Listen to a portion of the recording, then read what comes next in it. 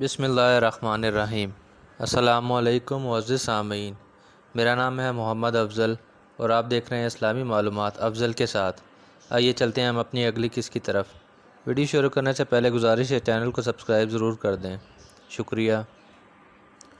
راستہ بھی کیسا، لک و دک ریگستان، ہر طرف ویران اور سنسان، نہ سایہ کی آس نہ پانی کا امکان، اوپر سے چلچلاتی ہوئی دھوپ، نیچے سے تپتی ہوئی ریت، جیسے آگ کی چنگاریاں، لیکن یہ سب چیزیں ایک طرف، رسول خدا کی محبت ایک طرف۔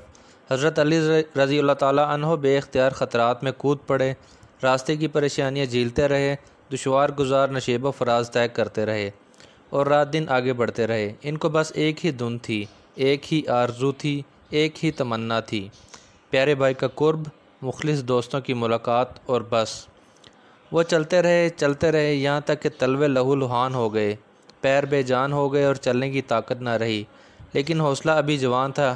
ایک ہی دھن تھی جو انہیں بے اختیار کھینچے لیے جا رہی تھی اور ان کے پیر خون میں نہائے ہوئے تیزی سے بڑھے چلے جا رہے تھے۔ ان کو یہ گوارا نہ تھا کہ ذرا ٹھہر کر دم لے لیں اور تھکان سے چور جسم کو کچھ دیر آرام دے دیں۔ وہ درد کی ٹیسیں اور تھکان کی تکلیف پر صبر کرتے رہے اور بے تابی کے ساتھ کعبہ مقصود حضور صلی اللہ علیہ وسلم کی طرف بڑھتے رہے۔ مدینہ کے 3 میل کے فاصلے پر ایک چھوٹی سی آبادی تھی۔ یہ ذرا اونچائی پر واقع تھی اور عالیہ اور قبا کے نام سے مشہور تھی۔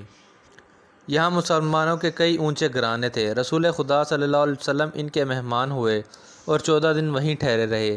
وہاں کے قیام کے دوران خود دست مبارک سے ایک مسجد کی بنیاد بھی ڈالی جو مسجد قباء کے نام سے مشہور ہوئی۔ یہیں پر علی رضی اللہ تعالیٰ عنہ کی ملاقات آپ صلی اللہ علیہ وسلم سے بھی ہوئی اور پھر چھوٹا بڑا مجاہد ایک ساتھ ہو گئے۔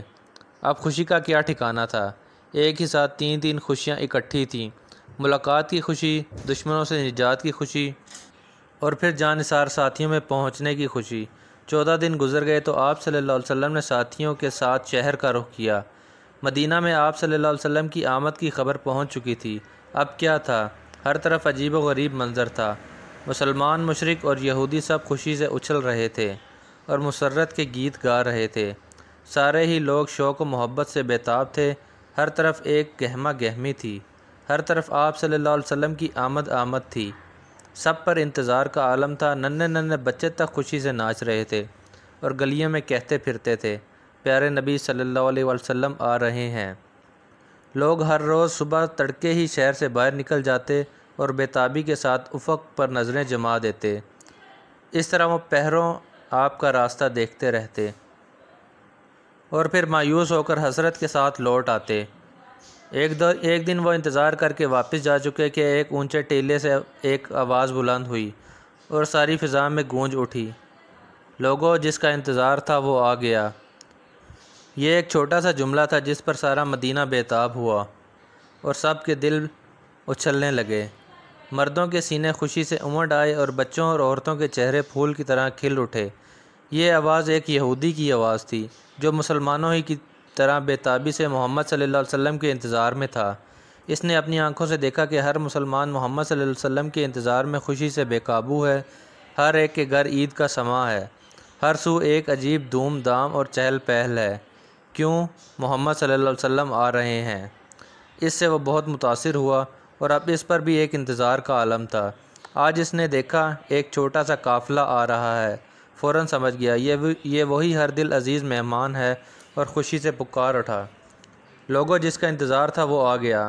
تمام بوڑھے اور جوان بے تابانہ گھروں سے باہر استقبال کے لیے نکل آئے۔ اکثر لوگ آپ کو پہچانتے نہ تھے کیونکہ انہوں نے کبھی دیکھا نہ تھا، لیکن ان کے دل آپ کو خوب جانتے تھے۔ ان کے سینے میں محبت اور شوق کا ایک سمندر ٹھاٹھیں مار رہا تھا۔ کھجور کے درخت کے نیچے پیارے نبی صلی اللہ علیہ وسلم کی اپنے ساتھیوں سے ملاقات ہوئی۔ لوگ شوق سے بے تاب تھے لیکن آپ کو پہچان نہ سکتے تھے۔ حضرت ابوبکر رضی اللہ تعالیٰ عنہ نے دھوپ سے بچانے کے لیے سر پر چادر تانی۔ تب لوگوں کو معلوم ہوا کہ یہی اللہ کا پیارا رسول صلی اللہ علیہ وسلم ہے۔ یہ جمعہ کا دن تھا، راستے میں ہی نماز کا وقت ہو گیا۔ اس وقت آپ بنی سالم کے محلہ میں تھے، اس لیے جمعہ کی نماز آپ نے یہیں ادا فرمائی۔ آپ کے ساتھ ان جان نثاروں نے بھی نماز ادا کی جو آپ کو دیکھنے سے پہلے ہی مسلمان تھے۔ اس کے بعد رسول خدا مدینہ میں داخل ہوئے، اس پاک سرزمین میں جس نے آپ کو ہاتھوں ہاتھ لیا جبکہ وطن نے آپ کا ساتھ نہ دیا۔ آپ کے ننیالی رشتہ دار بنو نجار بھی ہتھیار سج سجا کر آ گئے۔ اس طرح قباء سے مدینہ تک آپ کے دونوں طرف جانثاروں کی قطاریں تھیں۔ ایک عجیب و غریب منظر تھا۔ برسا برس گزر گئے، خوشی و غم کے ہزاروں واقعات پیش آ چکے تھے، بڑے سے بڑے میلے اور جشن منائے جا چکے تھے، لیکن مدینہ کی گلیوں نے کبھی ایسا نظارہ نہ دیکھا تھا۔ مدینہ کے ہر خاندان کی تمنا تھی کہ رسول خدا کو اپنا مہمان بنائے، اور قبیلہ سامنے آ کر عرض کرتا، اللہ کے رسول، آپ صلی اللہ علیہ وسلم ہمارے یہاں ٹھہریں، دیکھیے یہ گھر ہے، یہ مال ہے، یہ جان ہے۔ رسول خدا مسکراتے ہوئے شکریہ ادا فرماتے اور ان کے لیے دعائے خیر کرتے۔ اس وقت آپ اونٹنی پر سوار تھے۔ آپ صلی اللہ علیہ وسلم نے اس کی مہار ڈھیلی کر دی اور فرمایا، میں وہاں ٹھہروں گا جہاں اللہ ٹھہرائے گا۔ اونٹنی مدینہ کی گلیوں میں چل رہی تھی اور صحابہ آپ کے ارد گرد جمع تھے۔ لوگوں کا ایک گروہ تھا جو جوش میں نعرے لگا رہا تھا، اللہ اکبر، محمد آ گئے، اللہ اکبر، رسول خدا آ گئے۔ ننھے ننھے لڑکے اور معصوم بچیاں دف بجا رہی تھیں اور خوشی میں گاتی جا رہی تھیں۔ عورتیں گھروں کی چھتوں پر چڑھ گئی تھیں اپنے معزز مہمان کو ایک نظر دیکھ لینے کے لیے۔ مرد بھی اونچی اونچی جگہوں پر چڑھ گئے اور اس طرح خراج عقیدت پیش کر رہے تھے۔ پیارے نبی صلی اللہ علیہ وسلم کی اونٹنی چلتی رہی، پھر ایک جگہ آ کر ٹھہر گئی اور وہیں بیٹھ گئی۔ یہ خاندان نجار کے 2 یتیموں کی زمین تھی۔ اس میں کچھ قبریں تھیں، کچھ کھجور کے درخت۔ اونٹنی بیٹھی تو پیارے نبی صلی اللہ علیہ وسلم اتر آئے، پھر فرمایا، یہ زمین کس کی ہے؟ آپ صلی اللہ علیہ وسلم یہاں مسجد بنانا چاہتے تھے۔ افرا کے بیٹے معاذ رضی اللہ تعالیٰ عنہ آگے بڑھے، عرض کیا، رسول خدا، سہل اور سہیل 2 بچے ہیں، یہ زمین انہی کی ہے۔ باپ کا سایہ سر سے اٹھ چکا ہے اور اب وہ دونوں میری ہی پرورش میں ہیں۔ آپ صلی اللہ علیہ وسلم خوشی سے یہاں مسجد بنوائیں، میں انہیں راضی کر لوں گا۔ لیکن آپ نے خود ان یتیموں کو بلایا۔ ان دونوں نے سنا تو یہ زمین مفت دینی چاہی، مگر آپ نے یہ پسند نہ فرمایا اور قیمت دے کر خرید لی۔ پھر زمین برابر کی گئی اور مسجد بننی شروع ہو گئی۔ آپ حضرت ایوب انصاری رضی اللہ تعالیٰ عنہ کے مہمان ہوئے۔ اب کیا تھا، وہ خوشی سے نہال ہو گئے۔ حضرت ایوب آپ صلی اللہ علیہ وسلم کا بہت خیال رکھتے اور ہر طرح کے آرام پہنچانے کی کوشش کرتے۔ 7 مہینے آپ صلی اللہ علیہ وسلم یہیں ٹھہرے رہے۔ اس مدت میں مسجد بن کر تیار ہو گئی۔